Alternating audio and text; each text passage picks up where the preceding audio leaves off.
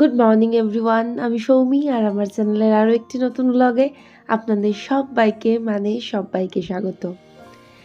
এই মানালি ঘুরে, সিমলা ঘুরে, শিশু আরও কত জায়গা ছোট ছোট গ্রাম ছিল, বেশিরভাগ ছিল অফবিট। সেগুলো ঘুরে আমি যাহা দেখিলাম বলিতে ইচ্ছা করিতেছে যে আমি যাহা দেখিলাম তাহা জন্মান্তরেও ভুলিব না। অ্যাকচুয়ালি এর আগেও যখন সিকিম গিয়েছিলাম তখন ওই একই কথাই মনে হয়েছিল। ভারতবর্ষ এত সুন্দর, এত সুন্দর, এত সুন্দর, ভাষায় প্রকাশ করা যায় না। তো যাই হোক, আলটিমেট পৌঁছেই গেলাম মানালি, এবং মানালিতে আমরা দুপুরবেলা পৌঁছে তো প্রচণ্ড জোরে খিদে পেয়েছিল। তো সোজা ফ্রেশ হয়ে স্নান টান করে আমরা সোজা একটা সামনেই যে একটা আমরা যে হোটেলটাতে ছিলাম সেখানে একটা জায়গায় খেতে বসে গেলাম। আর এটা ছিল একজন বাঙালি ভদ্রলোকের দোকান, মেদিনীপুরে ওনার মেবি বাড়ি। আর খাওয়া দাওয়া ছিল সিম্পল কিন্তু ভীষণ সুন্দর। তো এখানে আমরা খাওয়া দাওয়াটা দুপুরে কমপ্লিট করেছিলাম। আর তারপরে আজকে ছিল আমার বাবুয়ের হ্যাপি বার্থডে। তো সেই জন্য ওখানে তো আমি পায়েস পাবো না এই মুহূর্তে। তো একটা দোকানে ঢুকে আমি বেশ কিছু মিষ্টি কিনেছিলাম আর কিনেছিলাম কেক। তো এই সমস্ত জিনিসপত্র সব কিছু কিনে কেটে নিয়ে আমরা একটুখানি মানালির মল রোডটাতে ঘুরে টুরে গিয়েছিলাম হোটেলে চলে। তো মানালির মল রোডটা অনেস্টলি আমার যেটা মনে হচ্ছিল ভীষণ সুন্দর, সৌন্দর্য নিয়ে জাস্ট কোনো কথা হবে না। তবে আমার সিকিমের কথা মনে পড়ছিল। তো তারপর একটুখানি বিকাল হতে, এখন ওই 3টে মতন বাজছিল, 3:30 মতন। তো একটু বিকাল হতেই আমরা আবার বেরিয়ে পড়েছিলাম মানালিরই ধারে একটা মন্দির, এটা হচ্ছে হিড়িম্বা টেম্পল। তো বাবুই এখানে কিছু ক্লিপ নিতে ভিডিও নিতে ভুলে গিয়েছিল, সেজন্য আমি কিছু ফটোস দিয়ে দিলাম। তো এখানে তারপর ইচ্ছা হলো একটুখানি চা খাওয়ার জন্য। তো তারপর আমরা সবাই মিলে বসে গিয়েছিলাম চা খেতে। এত ভালো লাগছিল, এত সুন্দর অভিজ্ঞতা যে পাহাড়ের মাঝখানে বসে আমরা চা খাচ্ছি। তারপরে চা ফা খেয়ে আমরা সবাই মিলে চলে গিয়েছিলাম ওল্ড মানালিতে। আর এটা ছিল বিয়াস নদী, অসাধারণ নদী। আর এখানে এটাকে কী যেন একটা বলে, ওইটা হচ্ছিল, বাচ্চাগুলো সব করছিল। তারপরে সন্ধ্যেবেলা বাড়ি ফিরলাম, আর বাড়ি ফিরে শুরু হয়েছিল বৃষ্টি। আমি জাস্ট কেঁপে যাচ্ছিলাম এই মানালির এই ঠান্ডায়। ইভেন এখনও কিন্তু মাইনাস হয়নি সেই ঠান্ডাতে আমি তো ছকছক করে কাঁপছিলাম। আর তারপরে বাবুয়ের জন্মদিনের উৎসবটা, ছোট্ট করে একটা জন্মদিনের অনুষ্ঠান আমরা সবাই মিলে করেছিলাম। একজনের যে কেকটা কাটা হয়েছিল, তবে তমাল যেহেতু আমাদের সাথে যায়নি, তমালকে আমরা ভিডিও কল করে সব কিছু দেখানোর চেষ্টা করছিলাম যে ছেলে কেক কাটছে, হ্যান হচ্ছে, ত্যান হচ্ছে, এই এটসেট্রা। তমাল অনলাইনে ছিল। তো তমাল, এখন সবাই জিজ্ঞাসা করতে পারে তমাল কেন যায়নি। তমাল একটু যেতে খুব একটা ভালোবাসে না কোথাও, ও একটু ঘরে থাকতেই পছন্দ করে। বাট আমি তো ভীষণ ভালোবাসি, আর আমার জন্য আমার ছেলেও এটাই শিখেছে, একটু ঘুরতে টুরতে যেতে পছন্দ করে, ভালো লাগেও। তো যাই হোক, তো এরপরের দিনকে ছিল সকালবেলা, সকাল থেকে চলছিল মারাত্মক বৃষ্টি। আর আমরা যাচ্ছিলাম মানিকারানের দিকে।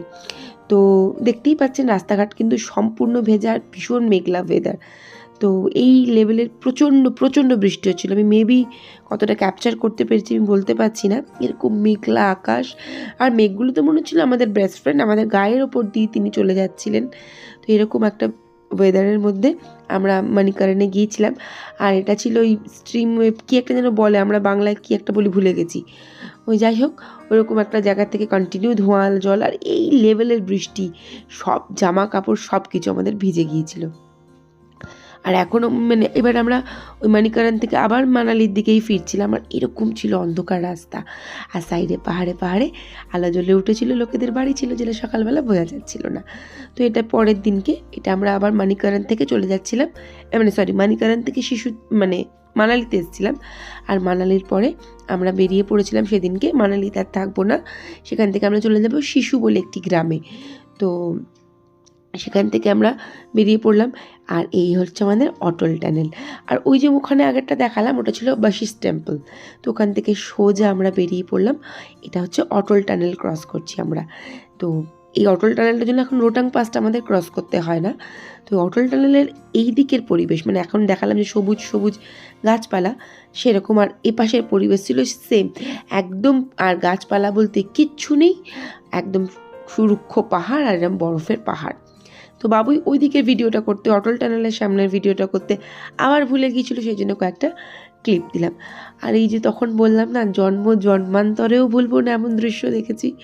তো তো অসম্ভব সুন্দর ছিল এই প্রত্যেক কটা দৃশ্য। আর এই নদীটা হচ্ছে গিয়ে আমি আবার ভুলে গেছি এটা কী নদী ছিল, মনে নেই। যাই হোক, এরকম অপূর্ব, একদিকে খাদ, একদিকে নদী, একদিকে রাস্তা, আমি ভাষায় প্রকাশ করা যায় না, জায়গাটা ছিল এতটাই সুন্দর। আর আমরা পৌঁছে গেলাম সেই শিশু লেক, শিশু ঝর্ণাও ছিল। তো এখানে না হঠাৎ করে আমার গায়ের মধ্যে পড়লো জল। তো জল পড়াতে আমি ভাবলাম নন্দা বৃষ্টি পড়ছে, বোন বললো যে না বৃষ্টি পড়ছে না, বরফ পড়ছে। আমি তো ভীষণ এক্সাইটেড হয়ে গেলাম। এখানেও আমরা লাঞ্চ করছিলাম, চতুর্দিকে পাহাড়ে ঘেরা। আর এই যে আমরা যেখানটা বসে লাঞ্চ করছিলাম না, এটা হচ্ছে একটা হেলিপ্যাড। তো হেলিপ্যাডের এখানে বসে আমরা লাঞ্চ করছিলাম। আর এটা ছিল আমাদের নেওয়া শিশুতে হোটেল। জাস্ট জানালা খুলবার সামনেই ওই বড় পাহাড়। এটা আমরা গতদিনকে রাতের বেলা দেখে শুয়েছিলাম।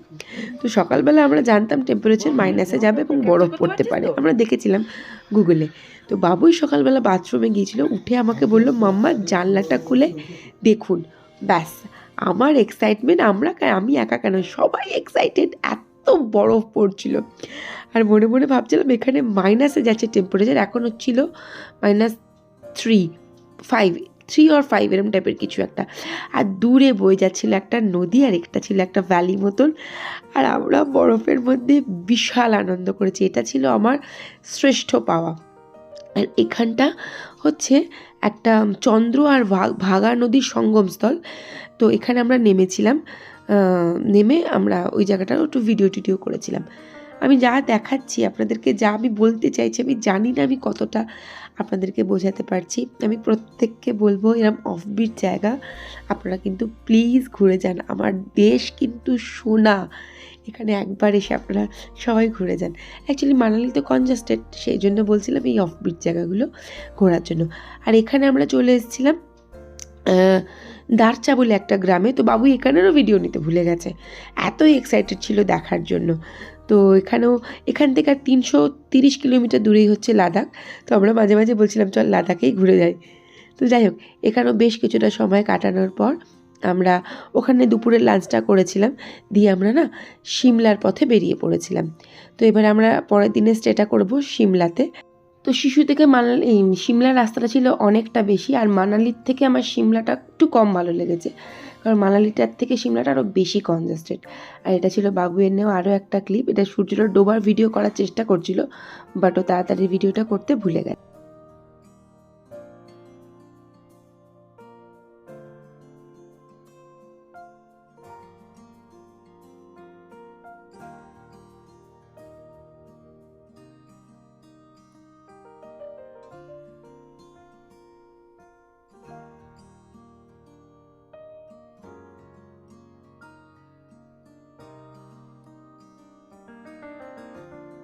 আর পরের ভিডিও তাড়াতাড়ি আসছে। Thank you.